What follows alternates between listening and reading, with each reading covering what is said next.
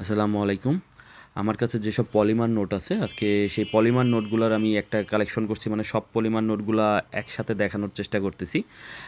Polymer নোটগুলো আমার কাছে খুবই ভালো লাগে। আমাদের বাংলাদেশে একটাই পলিমার নোট ছিল, এই যে 10 টাকা, এটা অনেক আগের। তারপরে কোনো গভর্নরই আর বাংলাদেশের বা কোনো সরকারি বাংলাদেশের কোনো পলিমার নোট তৈরি করেনি। হয়তোবা এটার ভালো ছিল না সবার ব্যবহার। এই যে এইখানে ইজিপ্টের একটা পলিমার নোট, উরুগুয়ের, এই 3টা নোট খুবই সুন্দর। আমার কাছে যতগুলো পলিমার নোট আছে এই 3টা নোট সব থেকে সুন্দর। আর মাঝখানে যে ময়ূরের নোটটা, এটা খুবই স্পেশাল এবং দেখতে খুবই সুন্দর একটা নোট। এই যে মাঝখানে যে ময়ূরেরটা, এইটা আপনাদের যার কাছে আছে এই নোটটা একটু কাইন্ডলি ভালো করে দেখবেন। এই নোটটা আসলে অসাধারণ একটা নোট।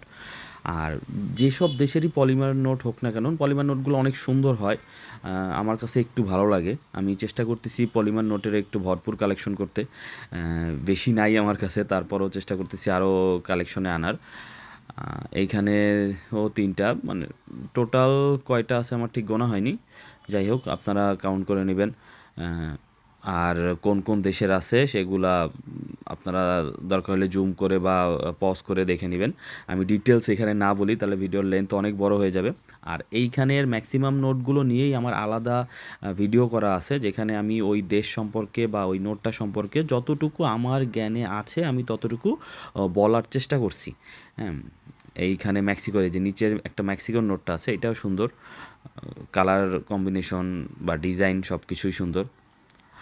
বাট আমাদের দেশে এই যে একমাত্র 10 টাকার পলিমার নোটটা, দেখি বর্তমান সরকার আসছে, এরা নতুন কোনো নোট আনে কিনা বা নতুন পলিমার নোট বানানো হয় কিনা। ধন্যবাদ সবাইকে, ভালো থাকবেন।